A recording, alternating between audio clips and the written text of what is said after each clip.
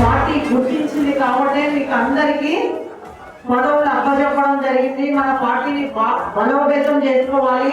రేపు రాబోయే సర్పంచ్ కానీ, ఎంపీటీసీలు కానీ, జెడ్పీటీసీలు కానీ, అలాగే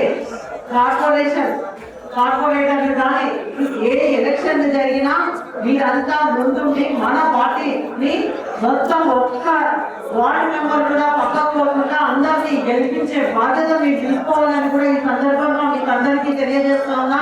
ప్రతి ఒక్కరు ఇప్పుడు ఎవరైతే బాధ్యతలు తీసుకుంటున్నారో అలాగే నాయకులు, కార్యకర్తలు